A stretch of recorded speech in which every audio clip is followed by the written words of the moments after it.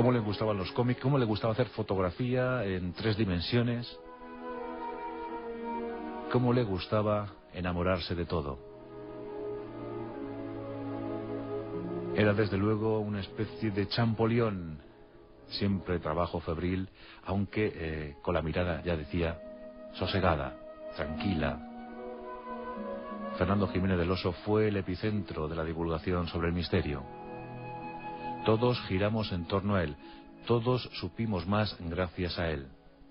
Este que os habla, lo poco o mucho que sabe sobre estos asuntos, se lo debe a 2 figuras, a don Germán de Argumosa y a don Fernando Jiménez del Oso. Y la tercera generación de investigadores creo que también les debe mucho y hacen honor a sus maestros. Fernando se nos fue el pasado 27 de marzo de 2005, en una hora que nunca debió existir. Pero se fue tranquilo, llenando todo de mensajes más que positivos. Él mismo solicitó a sus médicos que le retiraran la medicación para que pudiera seguir tranquilo por el camino que ya había iniciado hacia la otra orilla. Y murió en paz, cogido de la mano de su querida Pilar, cerca de sus hijos Fernando y Pablo. Se fue tranquilo después de haber completado una vida feliz en la que hizo todo lo que quiso hacer. Aunque le quedaban muchas cosas, decíamos antes, esa película, pero que a lo mejor sus amigos procuran que esa película llegue algún día a estrenarse. Sería el gran sueño cumplido para Fernando Jiménez del Oso, el gran amante del cine. En la radio, pues más de 600 espacios realizados siempre como colaborador. Ahí estaban sus colaboraciones pues con Ricardo Fernández Deu, con Julio César Iglesias, con Concha García Campoy, con Andrés Averasturi.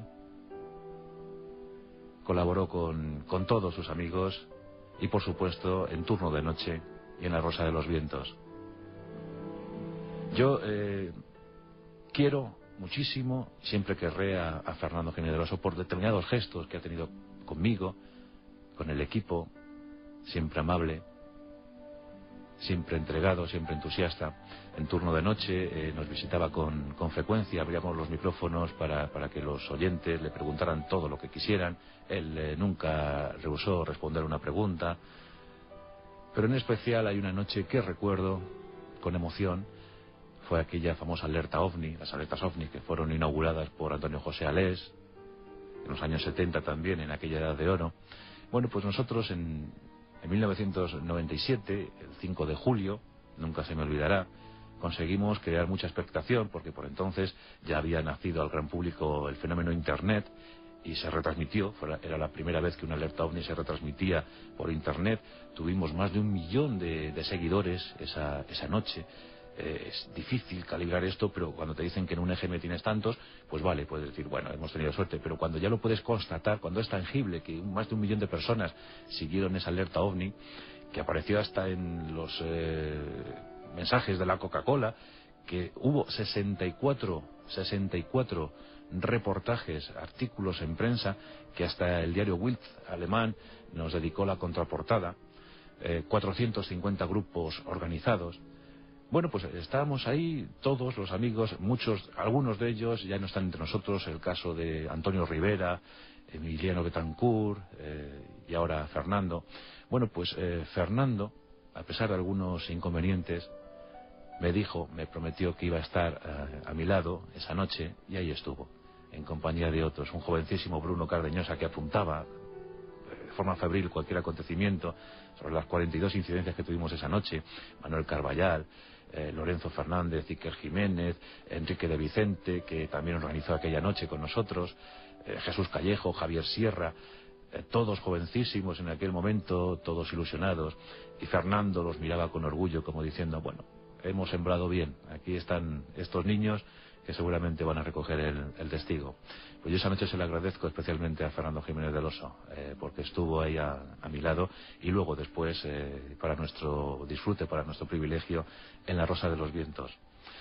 Aquí estuvo colaborando los últimos 3-4 años, aunque bueno, él siempre es como Miguel de la Cuadra Salcedo, siempre ha pertenecido a la familia. Ellos han venido cuando les ha apetecido, cuando tenían algo que contar. Pero bueno, en el caso de Fernando, de forma más continuada en los últimos 3 o 4 años. Hay más de 300 grabaciones de Fernando en los archivos de La Rosa de los Vientos. Y aquí nos contó cómo fueron sus viajes, cómo fueron sus anécdotas, cómo quitaba insectos de la superficie de un plato de sopa para poder comerlo porque había hambre en Costa Rica, cómo un animal criptozoológico desconocido, como él dijo, le acompañó toda una noche de sudor y fiebre en algún hotel perdido del Pakistán mientras buscaba al unicornio. Cómo aquellas avionetas siempre estaban a punto de caer, pero por fortuna la suerte sonreía a última hora y lograban salvar el pellejo. Cómo conoció a chamanes, a brujos, a gente extraña, a gente increíble, como estuvo al lado de Javier Cabrera con las piedras de Ica, o aquel chamán que le ofreció los secretos del Don Pedro, del San Pedro, o aquel momento en el que en compañía de JJ Benítez robó el ayahuasca.